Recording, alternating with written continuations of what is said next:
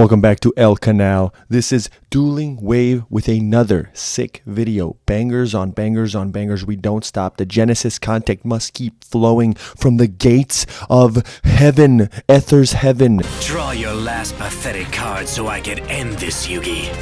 My grandpa's deck has no pathetic cards, Kaiba. But it does contain the unstoppable Dueling Wave. If you like this Genesis content, if you respect and love your boy for getting his, dude, we're getting it out. We're getting it out this week. 7 videos, 7 days. The first for the channel. We're gonna do our best for this week to just pump out content to get you guys what we need, which is more Genesis content because no one else is doing it. Anyway, today, let's discuss the top 5 best underrated decks of Yu-Gi-Oh! Genesis format. We did this discussion in the previous format, which not too much has changed from that video other than a few things like Pot of Extravagance and maybe tweaking a few points here or there. So that video still stands aside from Mitsurugi. That deck got murdered. But go check that video up top after you're done with this one if you want to see our first 5 underrated decks for this format. But in this video, we're not going to copy any of those. That was last time. We already did that. We're not just going to rehash the same old. 5 brand new decks, starting with rank 4 Ryzeal. Right, so we got the rank 4 Onomatopoeia engine, even though slightly little bit hit, dude, you got all the tools in the toolbox that you could ever dream of, and you got all the Ryzeal cards. So if you want to run stuff like Rongo, which is boo, get him out of here. Konami hit that card. This is ridiculous that it's still around. If you want to run Rongo, then you can't really run the Ryzeal cards, but you don't have to run Rongo for the rank 4 deck to be still almost meta. You can get Detonator. You can get other rank 4s on the field. If you combine the Ryzeal cards with the rank 4 cards, it's pretty busted. So that's number 5. Number 5, it's the weakest one here. It has a lot of flaws, like going second, because obviously it's like rank 4s, but to be fair, rank 4s now are kind of good. Back in the day, rank 4 spam wasn't good going second because you'd have to make 2 guys to make 1 dude. Right now, you can fart them out every 2 seconds. Number 4 on the list, which is 5 minus 1. 4. Does the thumb count? I don't know. 4. Exodia. Obliterate! Oh my god, my mic. Listen, you guys should run the deck just so that you can yell that at your opponent. Who hasn't said at least once Exodia Obliterate after resolving, getting all 5 pieces to the hand and whatnot? Now that we have the support, yes, it does have points, but the engine is clean and you can run pointsless stuff to supplant it. It can run a going first build with traps. You can run a more going second build with all sorts of different dark rulers and whatnot, right? Even though I guess dark ruler doesn't allow you to kill your opponent, still, you understand what I'm saying. The deck there's still plenty of non-engine that's good, that's non-pointed, and Exodia, it's Exodia, dude. Why would you not run it? It's freaking Exodia, and it's not even that expensive, right? That's the coolest thing about Genesis. Everything's so cheap. So, number 4, Exodia. Number 3 on my list is actually one of my favorites and a deck that I've been on for probably forever. So basically ever since I got back into the game. It's Branded Draco Tail. Branded Draco Tail is absolutely amazing, right? So Branded did get hit. My god, why do I have to mess with this mic so much? Branded did get hit on the most recent list. It's got reconfiguration of points. We saw it. We discussed it in a previous video. So go look at that up top when you get a chance. It's been on your branded card. And what else? And you run the dragon, right? And you can run Pan if you want or not. And then you run probably minimum of the two trap cards.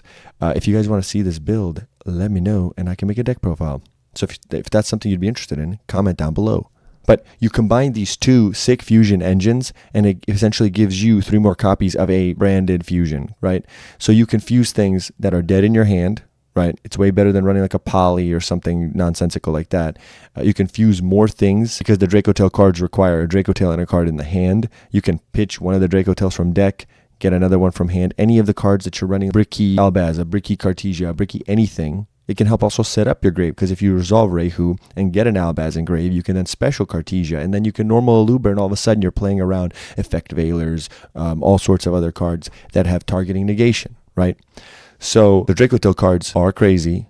Gulamel is also 0 points. So you're looking at an absolutely obscene deck, and it makes Branded function like a cohesive unit again. Now, I hope they don't hit Draco Tail or Branded again, so this deck is prevented, because this deck is actually pretty cool.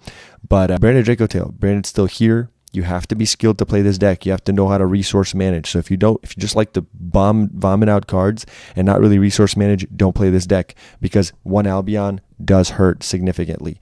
But the deck is sweet. The deck is powerful, and if you want to play a really fun, like mid-rangey, if that even exists anymore, mid-rangey, fun back and forth gameplay with a lot of grind, Brandon Draco Tail's your move. That's our number 3. Number 2 on this list is Drytron. This deck is absolutely crazy. This deck can make some of the most disgusting boards in Genesis format, even though it has points. Yes, you have the 1 Alpha, you have the 1 Mu Beta Fafnir, which are each 33 points. You can add, you can do 2 of one and 1 of the other, but still, you only need 1 of each. You still have some non-engine room, which is crazy. And the monsters that it can pump out are absolutely crazy. You've got the new guy, right? The newer guy. He's not new, but the newest guy that came out, the 5,000 attacker that can negate.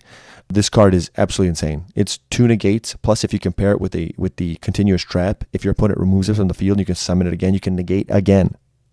This is crazy. And the trap also helps you recycle your resources, so you can constantly keep banishing. If they out him by destruction, boom, we summon the old guy who can send 2 monsters from your opponent's field to the graveyard, or 2 cards. Is it 2 cards? The deck is absolutely crazy. It floats forever. As we saw in the recent Genesis tournament, attack points still matter. And when you have the highest, sometimes that's just enough. Even Lunalights, who can destroy everything, struggle with high attacks sometimes. So if you're looking for a deck that is a big time combo deck, makes a lot of negates, but that you'd probably enjoy playing and can do really well with, that's not too expensive and not too crazy, do Drytron. Drytron's actually pretty strong, pretty cool. And the artworks are awesome, right? Even though the gameplay isn't my favorite, it is a really powerful deck. And now, last but not least, the greatest top 5 underrated deck of all time. I'm not going to do Ludi symbols. Well, that's not even funny.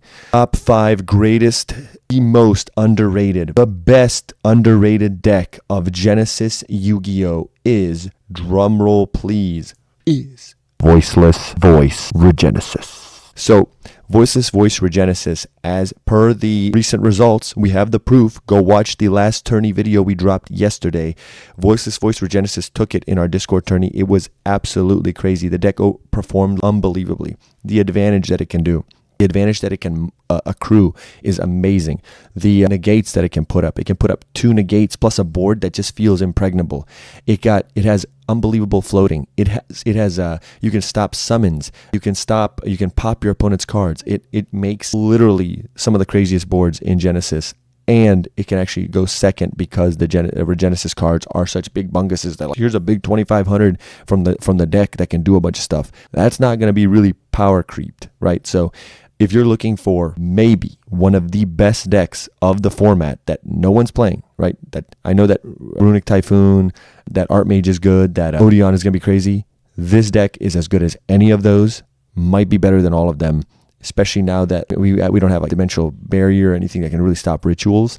This is the go-to ritual deck of the format. This is the best deck, or one of the best decks in my opinion. It's top 3 for sure. So go check out Voiceless Voice Regenesis, and also go check out the videos that I'm mentioning above. Now, if you enjoyed this video, please like and subscribe, because it really does help the channel, helps me get more of these to you. Comment down below if there's anything we missed, any kind of deck that you've seen overperform that no one's really talking about, so we can mention it possibly in a future video, right? Because I'd like to get more of these out there. Genesis format is absolutely crazy. There's legit maybe 50 decks that can do really well, right? You can literally play BA if you want. It's probably not the best, but you can play it, right? So there's so many decks that have gone under the radar, kind of like the ultimate rogue format. Yes, there are still problems with it, but it's amazing. So please let me know, and we can maybe feature in a future video. Other than that, thank you guys for your support. As always, I'll see ya.